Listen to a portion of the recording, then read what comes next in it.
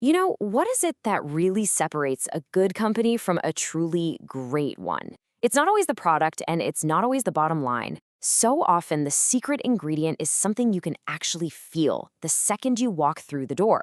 So let's dive into how you can build a company culture that doesn't just last, but one that really, truly thrives.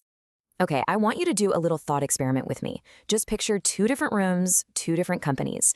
And based purely on the vibe, ask yourself, which one of these places would you want to show up to, day in and day out?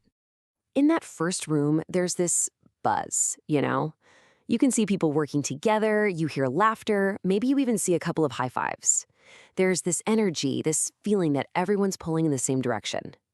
Now, the second room, it's quiet, almost too quiet. Every conversation is strictly business, heads are down, and honestly, the air just feels kind of heavy. And here's the kicker. Both of those rooms could be filled with the most talented people on the planet.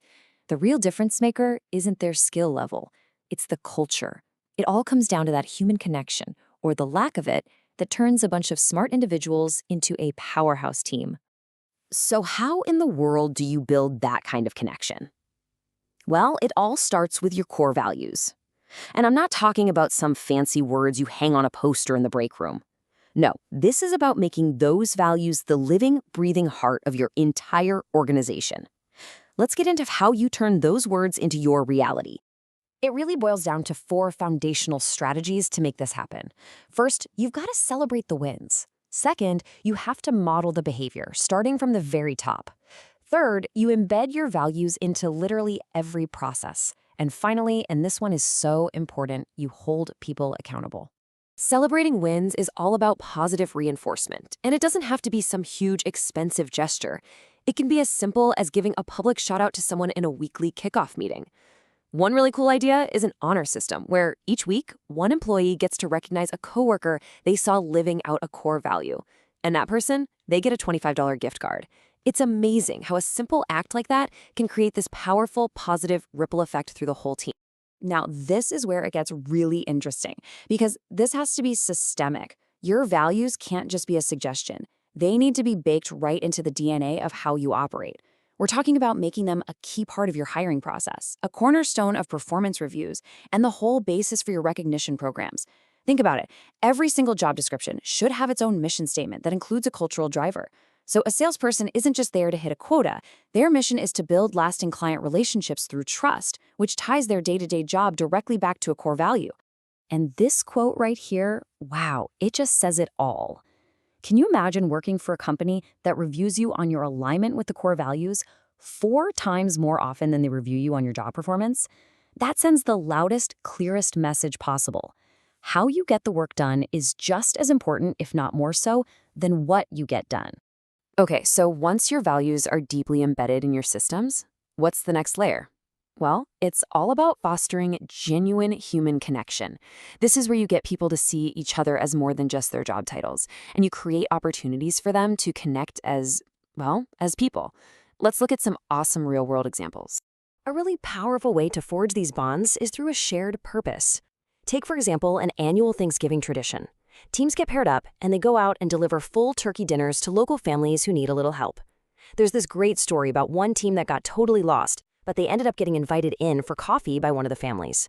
That completely unexpected, totally human moment, it created a bond that 1,000 emails or meetings never could. And hey, building connection doesn't always have to be so serious. Think about something like a white elephant gift exchange. It's a fun mix of thoughtful gifts and totally hilarious ones.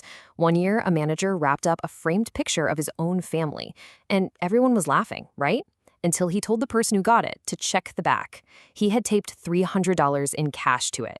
It's those shared moments of laughter and surprise that build camaraderie and memories that actually last. Pushing your team out of their comfort zone together is another absolute game changer.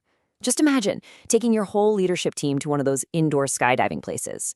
Seeing a manager who's normally super composed just flailing around like a rag doll, it's not just funny, it's humanizing. It shatters those invisible hierarchies and shows everyone that it's okay to be vulnerable and to lean on each other for support. So why does all this stuff actually matter? I mean, it's not just about having fun, right? These intentional activities deliver real, tangible results. They build trust, which is the absolute bedrock of teamwork. They reinforce the very values you've worked so hard to define. And of course, they improve communication, boost morale, and create a sense of loyalty that you just can't put a price on. And all of this brings us to what might be the single most important takeaway. A great culture, one that feels connected and vibrant and just alive, it doesn't just happen by accident. It happens by design. It requires intentional, consistent, deliberate effort. I absolutely love this analogy. You can't just toss a handful of seeds on the ground and expect to come back to a beautiful garden, right? You got to prepare the soil, you have to water it constantly, you have to pull the weeds. Well, cultivating a great team requires that exact same level of dedicated care and intentionality. So, how do you get more intentional? Well, first, make sure your team activities actually line up with your core values. Create an inclusive space where everyone feels welcome to participate. Mix it up. Do some formal offsites and some casual, informal get-togethers. And afterward, take a minute to reflect on what worked and what didn't. But the most important thing of all, be consistent. This has to become part of the rhythm of your company, not just a one-off event you do once a year. Look, building a strong culture is one of the most powerful investments you can make in your business.